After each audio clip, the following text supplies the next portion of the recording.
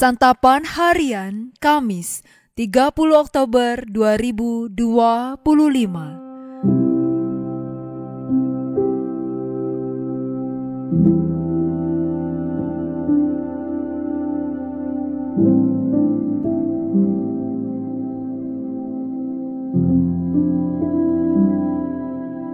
Inilah program Santapan Harian, sebuah program yang mengajak Anda menelusuri isi Alkitab, agar Anda menemukan makna firman Tuhan sesuai dengan konteksnya. Santapan Harian tertuju bagi Anda yang ingin memiliki kehidupan rohani yang segar, kuat, dan sigap.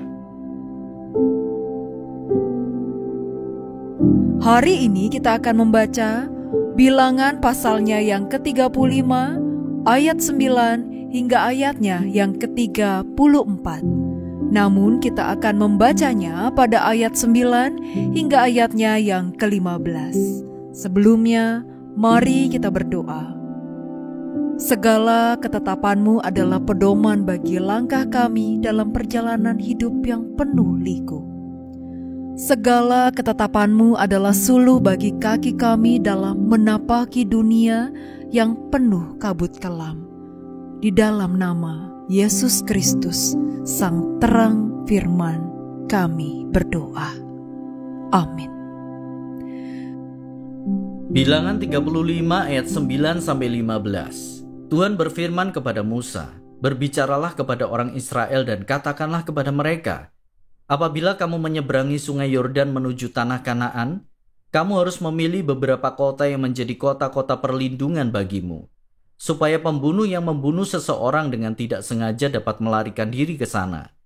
Kota-kota itu akan menjadi tempat perlindungan bagimu dari orang yang menuntut balas, supaya pembunuh jangan mati sebelum ia dihadapkan kepada umat untuk diadili.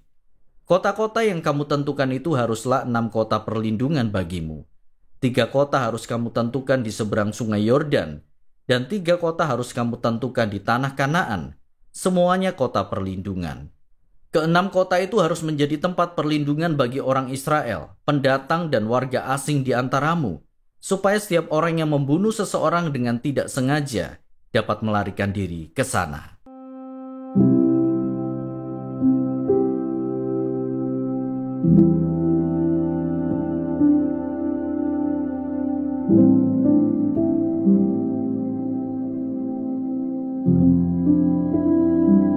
Sahabat Santapan Harian, di antara 48 kota untuk orang Lewi, ada 6 kota yang merupakan kota perlindungan.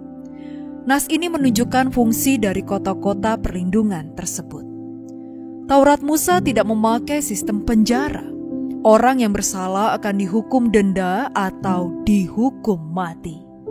Hukuman mati yang dijatuhkan akan langsung dilaksanakan sehingga tidak perlu penjara untuk orang yang menunggu hukuman mati. Kota perlindungan adalah kota yang menjadi tempat perlindungan supaya pembunuh yang tidak sengaja membunuh dapat melarikan diri ke sana dari penuntut utang darah, supaya pembunuh jangan mati sebelum dihadapkan kepada umat untuk diadili. Bagi setiap orang Israel, kaum yang paling dekat adalah penebus mereka.